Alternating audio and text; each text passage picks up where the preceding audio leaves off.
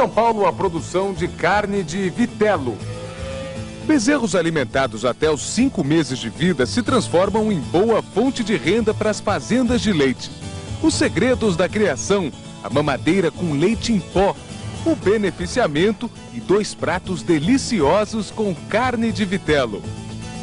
Na seção de cartas, dica para acabar com a sarna na criação de coelhos no máximo em 10 dias. Mosca do estábulo ataca em Mato Grosso e causa prejuízo ao criador de gado. A colheita do gergelim no sudoeste de Goiás e alguns pratos que você pode fazer usando esses grãozinhos. O que fazer quando o rabanete racha e fica assim, sem valor comercial? A nova sede da Bolsa de Mercadorias de Nova York é bem menor e ainda é provisória. Mas você vai ver como ela está operando depois do dia 11 de setembro e mantendo o mesmo volume de negócios.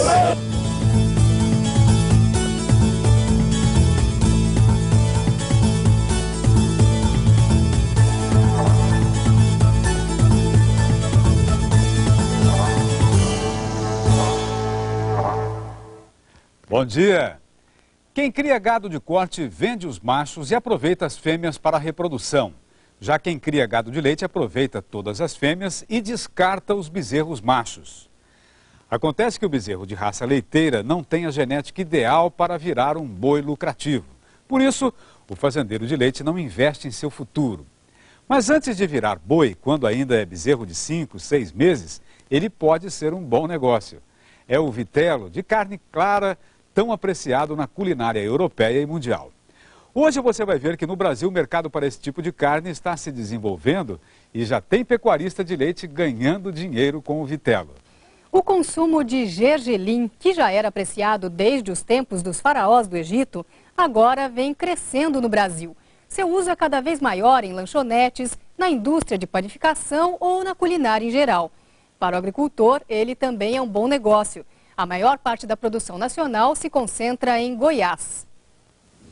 O gergelim é um dos alimentos mais antigos cultivados pelo homem. As variedades utilizadas no Brasil têm um ciclo de 90 a 110 dias. Numa mesma propriedade, é possível ver plantas ainda na floração e outros talhões plantados mais cedo que já amadureceram. Produção boa, custo menor e emprego. O gergelim também gera mão de obra, já que a colheita é feita de maneira artesanal, um trabalho tão milenar quanto o gergelim. O corte é manual, na base do cutelo, essa pequena foice. Nesta época do ano, a cultura utiliza muita mão de obra. Cada trabalhador recebe, em média, R$15 por dia. Pagamento à vista, todo final de semana, sem aborrecimento. A condução traz até dentro da lavoura, retorna a tarde no seu lar. Eu queria que todo mundo aqui está satisfeito. Aqui no sudoeste de Goiás, a colheita acontece agora no outono e no início do inverno. Depois do corte, os feixes são amontoados na lavoura para secar. Ficam aí durante 15 dias, pelo menos. Em seguida, é preciso bater os ramos para derrubar os grãos. Esse é o sistema antigo, mas aqui no sudoeste de Goiás, os produtores estão começando a experimentar as primeiras batedeiras. São máquinas adaptadas para a cultura do gergelim e que vem dando bom resultado. O grão do gergelim pode dar um rendimento de até 1.200 quilos por hectare. O preço pago ao produtor de Goiás nesta safra, R$ 1,20 o quilo. Seu João Vieira diz que está satisfeito. O gasto é mais baixo, né, do que a soja e vai ser um bom resultado. A produção de gergelim vem aumentando no Brasil e chega hoje a 3.000 toneladas por ano. Mas isso atende apenas metade do nosso consumo, que também cresceu muito. A diferença nós importamos de países como México e Paraguai. O empresário Túlio Benatti é otimista com o futuro da cultura no Brasil. O Brasil pode perfeitamente passar dessa situação de importador de gergelim para ser exportador de gergelim, como é o caso de México, Guatemala, país da Nicarágua, país da América Central, que hoje abastece Estados Unidos, mandam para a Europa. O próprio Paraguai hoje tem uma produção de gergelim superior à do Brasil. E eles estão exportando a grande parte para o Japão. Toda a Ásia utiliza muito gergelim. Vamos agora a Vinhedo, em São Paulo, ver alguns pratos deliciosos que podem ser feitos com o gergelim. Nós estamos numa indústria de beneficiamento do gergelim. A nutricionista Micaela Lesman explica as propriedades desse grão. Ele chega a ter 25% de proteína, além de outros elementos indispensáveis para o nosso organismo. Ele tem em torno de 50% de óleos essenciais, então é uma gordura, um óleo que o nosso organismo precisa receber de fora para ele poder manter suas funções. Tem uma alta porcentagem de minerais, principalmente cálcio, tanto que o gergelim pode ser considerado uma fonte de cálcio. A nutricionista mostra, além do óleo, a grande versatilidade que esses grãozinhos têm na culinária. Isso aqui é uma torta coberta com gergelim, é uma maneira de você estar enriquecendo a tua torta com um pouco de óleos essenciais, vitaminas e minerais. Essa esfirra é feita com uma carne normal, só que essa carne ela é envolvida com a pasta de gergelim para justamente aumentar o valor nutritivo e também o sabor, fica muito saboroso. Nós temos aqui, por exemplo, a pasta do gergelim, que é tahine, é feita do gergelim torrado, e moído e prensado. Esse aqui é um patê de tomate feito com tahine, esse daqui é um patê de berinjela feito com tahine e esse daqui é o tal do hummus, que é um patê de grão de bico feito com tahine. Agora tem os pães são bastante conhecidos, né? São os mais conhecidos, na verdade, por usar o gergelim. Você pode perceber que todos os pães contêm o gergelim, eles colocam o gergelim branco, depois eles assam o pão e o gergelim que era branco já se torna tostadinho também e você com isso então consegue absorver melhor os nutrientes do gergelim. Como são muitos pratos que podem ser preparados com gergelim, nós vamos mostrar pelo menos uma receita completa, né, usando esse ingrediente. O Pércio é o dono do restaurante aqui, vai estar ajudando a gente nessa receita, né? Que prato que é esse que você está preparando? Esse aqui é o filé de salmão grelhado com gergelim, o nugget de salmão. Como é que é preparado esse prato? Então, é cortado em quadrados e temperado em sal, óleo de gergelim e limão, calda de limão. É temperado dessa forma e colocado na grelha. E espera dourar. Depois de dourar? Dourado. Mergulha em ovo batido, passa em gergelim e volta assado. Quanto tempo ele deve ficar aqui? 10 minutos está pronto. 10 minutos está pronto o prato. E fica realmente um gosto bem diferente. Uma delícia, é muito pedido aqui. Nesta safra, cada hectare de gergelim está dando um lucro de R$ 500 para o produtor. Daqui a pouquinho você vai ver aqui no Globo Rural. A Bolsa de Mercadorias de Nova York funcionando em sua sede provisória. E os prejuízos dos criadores de gado de Mato Grosso com a mosca do estábulo.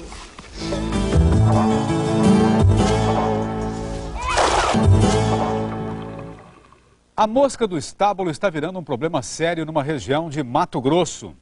O inseto irrita tantos animais que eles não comem direito e emagrecem no pasto. Nova Olímpia, médio norte de Mato Grosso, a 200 quilômetros de Cuiabá.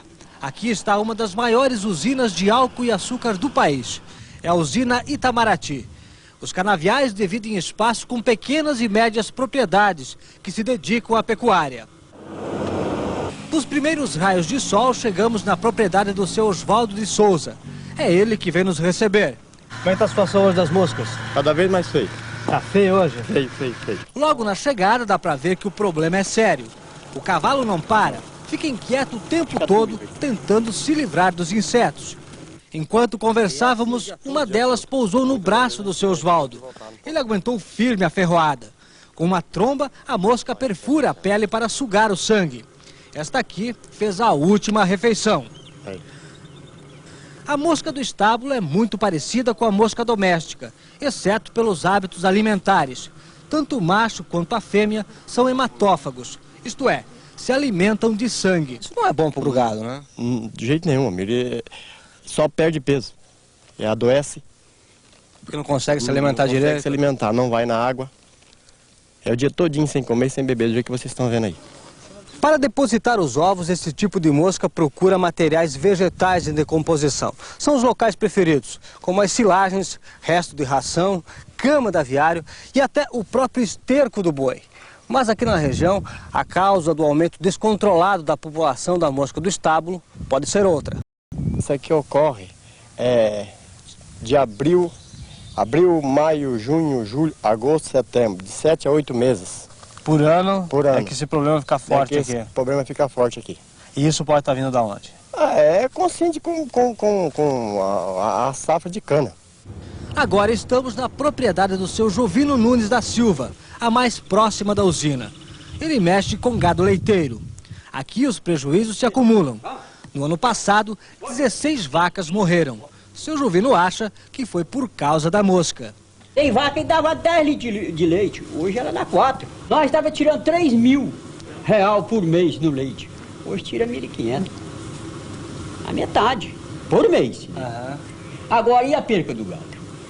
A suspeita dos pecuaristas é de que as moscas se reproduzem na lama dos tanques e canais de irrigação por onde passa o vinhoto que sai da usina. Cansados dos prejuízos, mais de 60 produtores rurais participaram desta reunião com representantes da usina.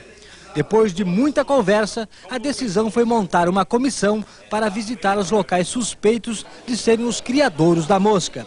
A comissão fez uma vistoria nos tanques e canais de irrigação, mas só viu os locais que estavam cheios de vinhoto. No dia da visita, não havia tanques secos. O gerente da usina disse que a empresa também está interessada em descobrir a causa do problema. É terrível você ter um vizinho seu falando que você faz barulho na sua casa, que você incomoda o sono dele, ou até você de alguma maneira atrapalha o negócio dele. Então essa é a ideia, se nós temos que eliminar essa possibilidade. Se ela realmente existe, trabalhar para que seja eliminada. Se ela não existe, é entrar com um participante, parceiro, para que seja sanada essa disfunção, porque isso, de uma maneira geral, é uma disfunção do processo como um todo. Tem que arrumar uma solução para isso aí quanto antes. Para saber qual é a causa do problema, a comissão retirou material tanto dos tanques da usina como das propriedades dos criadores. E agora espera o resultado dos exames em laboratório. O mercado do boi gordo teve mais uma semana de preço estável. Confira. Bagé, Rio Grande do Sul, R$ 39,00 a arroba. Campo Grande, 40. Ituiutaba, Minas, 42. Inhandeara, São Paulo, 43. A Bolsa de Mercadorias de Nova York é a principal referência do mercado mundial do café. Você vai ver agora como ela está funcionando desde o atentado de setembro do ano passado, que destruiu as torres do World Trade Center.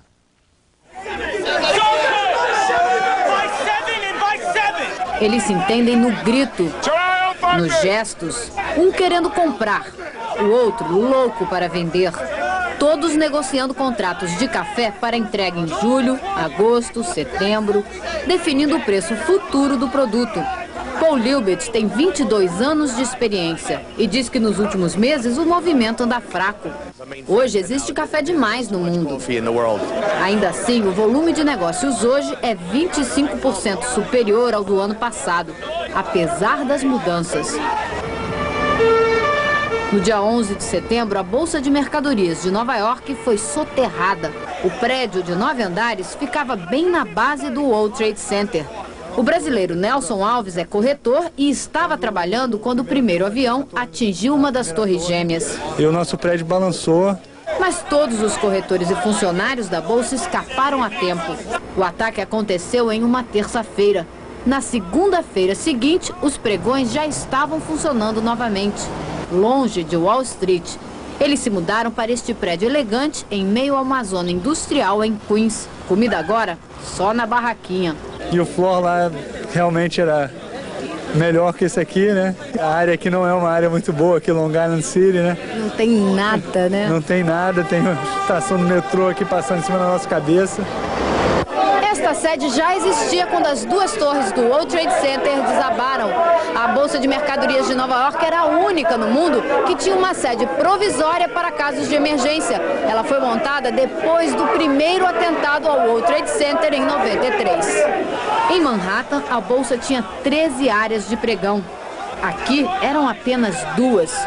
Joseph O'Neill, diretor da Bolsa, diz que ninguém imaginava ter que passar mais de 1 ou 2 dias neste prédio. Não esperávamos uma catástrofe. Foi preciso improvisar. Os 5 produtos agrícolas negociados aqui se revezavam. Cada um tinha direito a 1h30 de pregão por dia. Aos poucos, a Bolsa foi crescendo dentro do edifício. Hoje tem 6 áreas de pregão, mas ainda não voltou ao normal. O café só é negociado das 9 às 11h45 da manhã e vai permanecer assim durante outros 9 meses. Nós vamos nos mudar no primeiro trimestre de 2013. As commodities agrícolas vão dividir espaço com a Bolsa de Metais e Energia, no centro financeiro de Nova York, em Wall Street. Eu tô com saudade lá. Além do café, a Bolsa também negocia contratos futuros de outros produtos importantes para o Brasil: açúcar, algodão, cacau e suco de laranja. Veja agora os preços do café. Café fino em Guaxupé, Minas Gerais, R$ 115. Café Conilon em São Gabriel da Palha, Espírito Santo, R$ 56. E vamos ao giro pelos outros fatos que marcaram a semana. Lançada no sul de Minas pela Epamig uma nova cultivar de café. O nome é Paraíso. Ela é mais resistente à ferrugem alaranjada. Falta vacina contra a febre aftosa. Mato Grosso do Sul e Minas Gerais adiaram o final da campanha de vacinação. Um trem que transportava soja do Mato Grosso para o Porto de Santos descarrilou na Serra do Mar, perto de Cubatão. Milhares de agricultores participaram em vários estados do Grito da Terra, organizado pela CONTAG. Pediram maior rapidez na reforma agrária, crédito para o plantio e mais educação e saúde para os assentados. O major José Maria de Oliveira, acusado de participar do massacre de Eldorado do Carajás, foi condenado a 158 anos de prisão. Ele pode recorrer da sentença em liberdade. Em Alagoas, o excesso de chuva vai prejudicar a próxima safra de cana.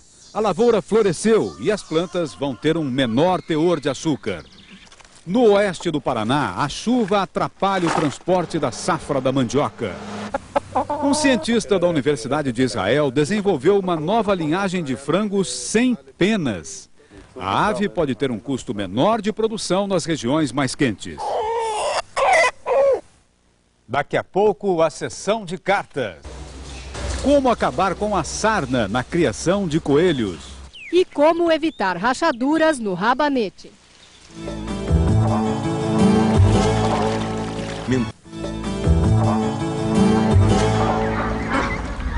A Universidade Federal de Pernambuco promove cursos sobre hidroponia, o plantio na água, sexta em Recife. Em Minas, encontro ecológico, sábado e domingo em Itapajipe. Feira de máquinas e implementos agrícolas em Monte Carmelo. E concurso leiteiro em Santa Rita de Ibitipoca. Feira de agronegócios em Boa Vista do Tupim, Bahia. No Espírito Santo, encontro de cafeicultores em Santa Teresa e exposição de gado Jersey em Domingos Martins. Festa do Pinhão em Lages, Santa Catarina e Barracão, Rio Grande do Sul. Em Mato Grosso, exposição em Colíder e em São José dos Quatro Marcos. O assunto agora é horta. Seu Sérgio Barbosa, de Uberlândia, Minas, conta na carta que os rabanetes estão rachando e quer saber por quê. O repórter César Daci tem a resposta. Seu Sérgio, esses rabanetes estão com o mesmo problema que o senhor conta na carta. A agrônoma Inês Cesarino alerta que sua irrigação pode estar mal feita. Um dos motivos desse rabanete estar apresentando esse problema é por falta de constância na umidade. Tem dias que ele irriga bem, mantém 100%, e tem dias que ele diminui a irrigação. Vai faltar umidade no solo. Tem que irrigar todos os dias. Ele deve irrigar todos os dias na mesma quantidade, mantendo a umidade 100%. Seu Sérgio, se chover demais, os rabanetes também vão rachar. Nesse caso, a horta só se salva se for protegida por estufa. Um outro problema pode ser que o solo dele esteja apresentando deficiência de boro. Nesse caso, para evitar que as rachaduras apareçam, é preciso fazer pulverizações preventivas com ácido bórico.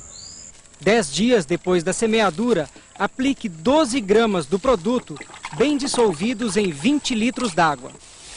Repita a pulverização também aos 20 dias. Seu Sérgio mandou aqui pra gente uma foto também com a cenoura rachada. É o mesmo problema do rabanete? O mesmo problema por ser uma hortaliça de raiz.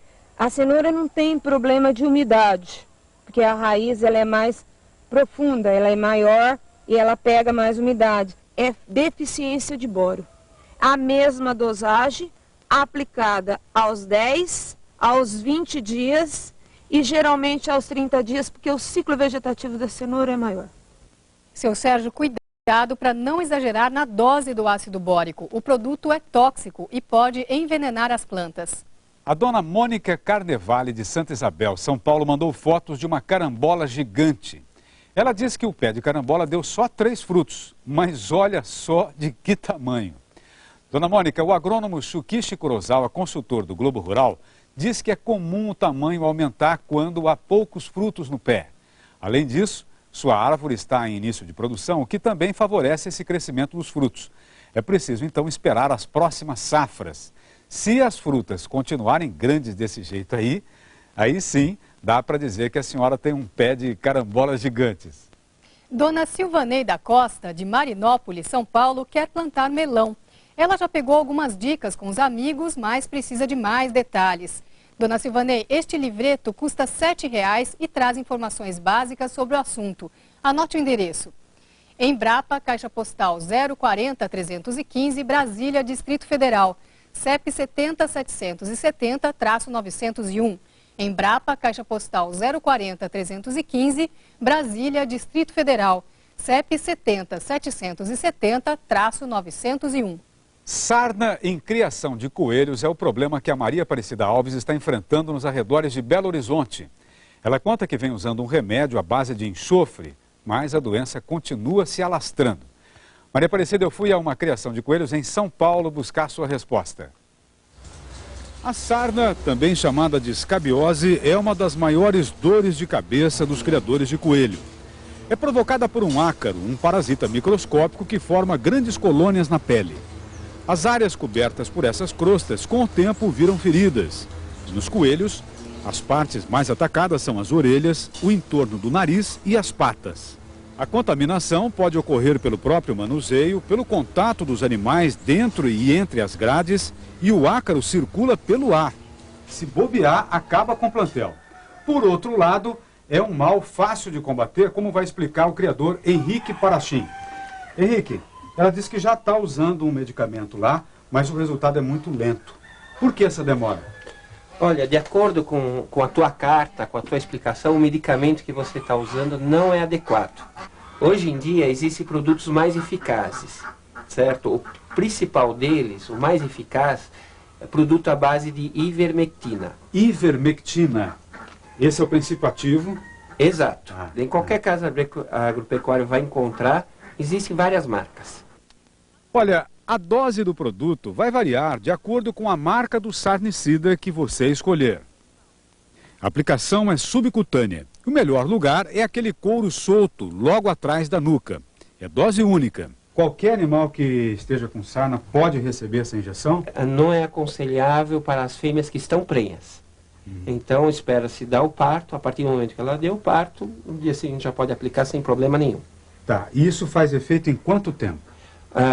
A sarna de orelha, em 4, 5 dias ela já está caindo. A sarna de pata e de nariz, ela leva mais ou menos de 8 a 12 dias, dependendo do estado. Além disso, e fora a limpeza e higiene habituais das áreas de criação, recomenda-se ainda a desinfecção mensal das gaiolas. Os animais são retirados e todas as grades, todos os cantinhos, esteios, tudo é varrido pelas chamas, reduzindo-se assim a possibilidade de contaminação. Normalmente as pessoas não dão bola para esse tipo de desinfecção, mas é sumamente importante para você realmente ter um controle eficiente em termos de sarna e outras doenças dentro do plantel. Dona Maria, para saber a dose exata de ivermectina, a senhora deve procurar um veterinário. Se você tiver alguma pergunta, anote o nosso endereço. Globo Rural, CEP 04583-905. Muitas festas por todo o Brasil. Exposição em Porto Velho e no Parque do Cordeiro, em Recife. Na Bahia, cavalgada em Feira de Santana e exposição em Valente. Festa do tomate em Pati do Alferes, Rio de Janeiro. Do abacaxi em Floresta do Araguaia, Pará. Da colheita em São Domingos, Maranhão. E do bode em Cabaceiras, Paraíba, de sexta a domingo. Exposição em Floriano, Piauí. São Luís de Montes Belos, Goiás. Conceição do Araguaia, Pará. Chapadão do Sul, Mato Grosso do Sul. E Jandaia do Sul, Paraná. Exposição de ovelhas em Igaratá, São Paulo. Em Minas, Festa da Agricultura Biodinâmica em Gonçalves. Cavalgada em Itambacuri. Exposição em Buritis e em Divinópolis de quarta a domingo. Daqui a pouco, a criação de vitelo. Um bezerrão de carne macia se transforma em fonte de renda nas fazendas de leite. Você vai ver os segredos da criação e pratos de dar água na boca, como ossobuco e chuleta de vitelo.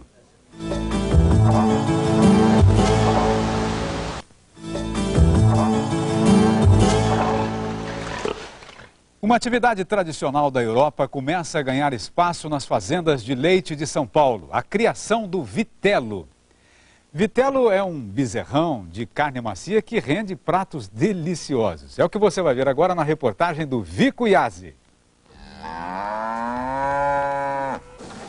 O rebanho de leite do Brasil é um dos maiores do mundo. Todo ano, as nossas vacas produzem cerca de 20 bilhões de litros de leite. E, ao mesmo tempo, geram 15 milhões de novos bezerros. Metade macho, metade fêmea. Aí é que vem o problema. As fêmeas, tudo bem, são as vacas do futuro, têm serventia garantida. Os bezerros melhores também são aproveitados como reprodutores. Mas o que fazer com a maioria dos machos? O que fazer com milhões de bezerros? Estamos na fazenda Santa Rita, que fica em Descalvado, São Paulo. Uma daquelas propriedades que impressionam pelo tamanho pela tecnologia. Para produzir 27 mil litros por dia, a fazenda conta com 2.100 fêmeas. Com tantas vacas, a fazenda alcança uma média anual de 1.200 partos. Ou seja, todo ano nascem aqui 600 machos da raça holandesa. Os bezerros com melhor genética sempre tiveram boa saída, como tourinhos. Mas a maior parte dos machos só dava prejuízo, como explica Roberto Yank Júnior, diretor da fazenda. Normalmente ele é vendido na primeira semana de vida e o valor é entre 5 e 10 reais. É muito pouco, né? Muito pouco. Ele toma 4 litros de leite por dia, desde o dia que ele nasce. Quer dizer, se ele tomar leite durante 5 dias, esse valor já foi só no leite. Numa fazenda como esta, que investe em genética, sêmen, veterinário, medicamento, o prejuízo se torna ainda maior. Quando sai da vaca, cada bezerro já custa R$80. Em geral, os machinhos de criação de leite são comprados pelos açougueiros ou linguiceiros de cada região. Gente que muitas vezes faz abate clandestino, sem nenhum padrão de higiene. Um problema já registrado pelo Globo Rural. É aí que entra o vitelo. Para fugir do prejuízo com os machos, Roberto montou um confinamento. Os animais ficam na engorda até os 5 meses de vida. Com essa idade já podem ser vendidos como vitelo, um produto nobre e valorizado. Isso é o que acontece no resto do mundo, né? Na Europa, nos Estados Unidos, todo mundo cria e o valor do bezerro é um valor importante, mesmo recém-nascido, porque ele vai ter o destino de vitelo. Então, certamente é um ótimo negócio e tem muito futuro. É comum as pessoas chamarem o vitelo no feminino, vitela, o que dá na mesma. Vale lembrar que esse bezerro de 5 meses é bem diferente do recém-nascido, que tem carne pastosa e sem graça. Nas contas da fazenda, cada vitelo vendido deixa um lucro líquido de R$100. Mas afinal, quem é que compra esse tipo de carne? Quais são as manhas e os segredos da criação? Para responder às perguntas, nós vamos agora a outros municípios de São Paulo com tradição no leite. Taubaté e Pindamonhangaba, no Vale do Paraíba. Nossa primeira parada é na fazenda Santo Antônio, em Pinda. Aqui, José Eduardo Senise mantém um belo rebanho. São 37 vacas holandesas. Só que, de uns tempos para cá, os machinhos da criação deixaram de ser vendidos para os linguiceiros. Tem mais ou menos um ano que eu forneço para um produtor de vitelos, vizinho nosso, e que é uma satisfação, porque nasce, você alimenta 1 ou 2 dias, ele vem, retira o bezerro, que além de não ser bom quando nasce, você ainda tem que vê-lo na fazenda uns 15 dias dando prejuízo, né? É isso mesmo. Denise e outros 60 vizinhos passaram a vender os bezerros para o mesmo lugar. O preço médio é de R$ 40 por animal. O linguiceiro da região não pagava nem um quarto disso. O destino dos machinhos é a fazenda São João, em Taubaté. A propriedade tem gado de corte, avestruz e até 98 mantinha um belo rebanho de vacas leiteiras. Foi quando o dono da fazenda resolveu trocar leite por vitelo. Giovan Streparava nasceu na Itália, foi criado no Brasil e conhece o produto desde criança. Na verdade, sempre consumiu vitelo na minha casa. Desde que a gente tem a fazenda, a gente sempre fez alguma coisinha bem caseira, né? Que é um costume que veio da Itália. É um costume que veio da Itália, exato. E a gente descobriu que toda a parte do vitelo, todo o vitelo consumido no Brasil era importado, salvo pequenas produções, né? E a gente foi atrás, pesquisou, foi atrás de restaurante, enfim, a gente achou que era um nicho de mercado atraente para essa atividade. Com matéria-prima e pesquisa de mercado, só faltava produzir. Para criar os vitelos, a fazenda aproveitou as velhas instalações das vacas de leite. Atualmente, Giovan mantém no confinamento mais de 1000 animais. Os bezerros são divididos por peso em 11 lotes diferentes. Os animais têm cobertura, piso duro, bebedouros e coxos. Para a alimentação, Giovan adotou uma técnica europeia. Os bezerros comem ração do primeiro ao último dia. A receita leva milho, farelo de soja, polpa de laranja, entre outros ingredientes. O agrônomo Paulo Portilho é consultor da fazenda. Ele trabalha para uma multinacional holandesa de nutrição animal. Nós esperamos que o animal ganhe pelo menos 1% do peso vivo dele por dia, que representa num lote como esse um ganho de peso em torno de 1,3 kg por dia. Isso é um ganho de peso bastante acelerado. Imagine que num bovino adulto representaria um ganho de peso de mais de 3 kg por dia. A ração é um dos segredos desse negócio.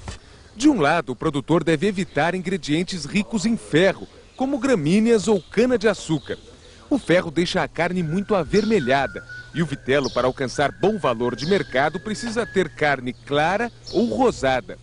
Ao mesmo tempo, o ferro não pode ser retirado totalmente. A falta do elemento deixa os animais fracos, com resistência baixa. Qualquer doença se transforma num grande perigo. No pior momento que a gente pensou em parar, inclusive, nós chegamos em 50% de mortalidade. 50%? É. Numa conversa nossa aqui, com certeza já estaria morrendo algum animal. E hoje em dia, quanto é que está? A gente está em 12% e com essa tendência de baixa. Quer dizer, a gente está aí para chegar em 10%. Quanto é que os países com tradição na criação eles têm de mortalidade? Eles admitem no máximo 8%. Por tudo isso, higiene, vacinas e remédios não podem faltar. Outro item fundamental na alimentação dos vitelos é a mamadeira nos 3 primeiros meses de vida. Só que os bezerros não recebem leite de vaca, e sim um produto industrializado. Daí a cena mais bonita da criação. Nesses 3 primeiros meses, o vitelo mama em média 13 litros por dia. O líquido branco é feito com uma espécie de leite em pó, um produto importado e conhecido como sucedâneo, ou substituto do leite. O sucedâneo de leite é um produto baseado em derivados lácteos, soro de leite, sorvete lactosado, algumas matérias-primas muito comuns em países que produzem grande quantidade de queijo, que é adicionado de gorduras, fontes de proteína e, uma vez misturado em água, pode substituir o leite da vaca na alimentação de bezerros. Aos 3 meses, os bezerros param de mamar sucedâneo, mas continuam recebendo o pó misturado na ração até o final da engorda. O substituto do leite é a base da alimentação dos vitelos na Europa. Segundo Giovan, o produto é melhor do que o leite de vaca por vários motivos. Primeiro, a facilidade de você administrar esse produto, tá certo? Você tem um produto igual aos 365 dias do ano, coisa que você não conseguiria no leite de vaca, que um dia você tem um pouco mais de gordura, o outro dia você tem um produto diferenciado. Então, o substituto do leite, você tem um produto sempre igual, você sabe o que você está dando para o seu animal. No leite de vaca, você tem mais gordura e no substituto do leite, no sucedâneo, mais proteína. O que acontece? O bezerro tem uma digestibilidade melhor com o sucedâneo, ele vai ter Ele vai se alimentar mais vezes, ele acaba comendo mais ração e também tomando mais sucedâneo. 1 litro desse sucedâneo custa para Giovan, em média, 30 centavos.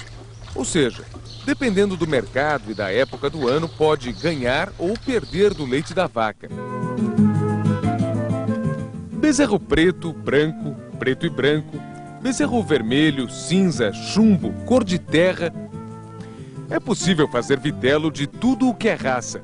Aqui na fazenda, os holandeses são os campeões da engorda. Com 5 meses, eles já pesam em média 180 quilos e rendem 6 arrobas de carne. Giovan também montou um esquema próprio de beneficiamento dos vitelos. Para isso, ele aluga uma parte de um frigorífico. Aqui, a primeira coisa que chama a atenção é a diferença do vitelo para o boi gordo. Olha que impressionante. Pesando apenas 90 quilos, a carcaça do vitelo é bem menor e tem muito menos gordura. A coloração é totalmente diferente. Você tem uma coloração muito próximo do suíno no vitelo, contra um vermelho forte do boi gordo. Na desossa trabalham 4 funcionários da fazenda. O vitelo inteiro vira picanha, filé mignon, alcatra. Ao todo, são 16 tipos de corte. Além das peças tradicionais, comuns em qualquer boi adulto, o vitelo também rende cortes especiais. É o caso da paleta com osso e do carré francês, que leva uma parte da costela, do contrafilé e do filé mignon. As peças também são embaladas e os preços variam bastante. O quilo da costela, Giovan vende a R$ 6,20. Já o quilo da picanha sai por R$ 42,80. O mais caro é o filé mignon, vendido a R$ 44,00 o quilo. Somando tudo, cada vitelo alcança um preço de venda de R$ 880. É um produto valorizado, sem dúvida, porque o custo para fazer um vitelo é muito diferente do boi. Então, a gente tem um preço bem diferenciado. E quem são os compradores do produto? Hoje nós estamos distribuindo em 2 grandes redes de supermercado e a maioria dos restaurantes que serve vitelo nós estamos entregando. São Paulo, Rio de Janeiro, Brasília e Nordeste. A conta final da fazenda fica assim. Com um abate mensal de 250 animais, Giovan consegue um faturamento bruto de cerca de R$ 220 mil por mês. Tirando os custos, o lucro do negócio fica em torno de 10%. Nossa última parada é São Paulo. Para terminar a reportagem, só falta mesmo provar esse tipo de carne. Estamos num restaurante sofisticado que serve o vitelo de Giovan. Quem manda na cozinha é o chefe paraibano, Demétrio de Santana. Na culinária, né, aqui em São Paulo, foi onde eu comecei a ouvir falar e conhecer também um produto que até então eu nem sabia se existia. Não conhecia nada? Não conhecia nada. Agora, Demétrio trabalha com vitelo o dia todo.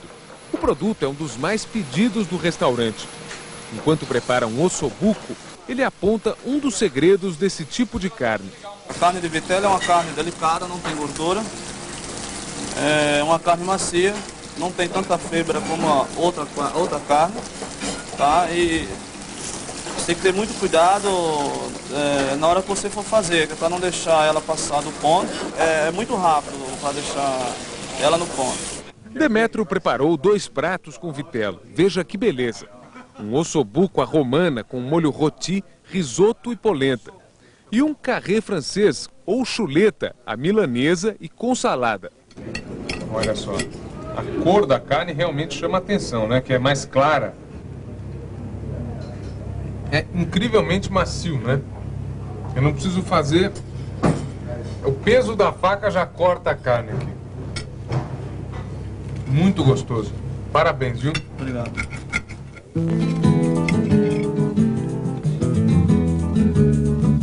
Até há pouco tempo, um prato como este, 100% brasileiro, era uma raridade. Quase todo o vitelo consumido no Brasil vinha de fora. Mas de uns anos para cá, a situação começou a mudar.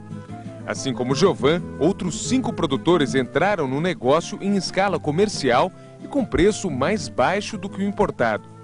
Já tem até produto brasileiro saindo para o exterior. Giovan já começou a exportar carne de vitelo para o Egito, Itália e França.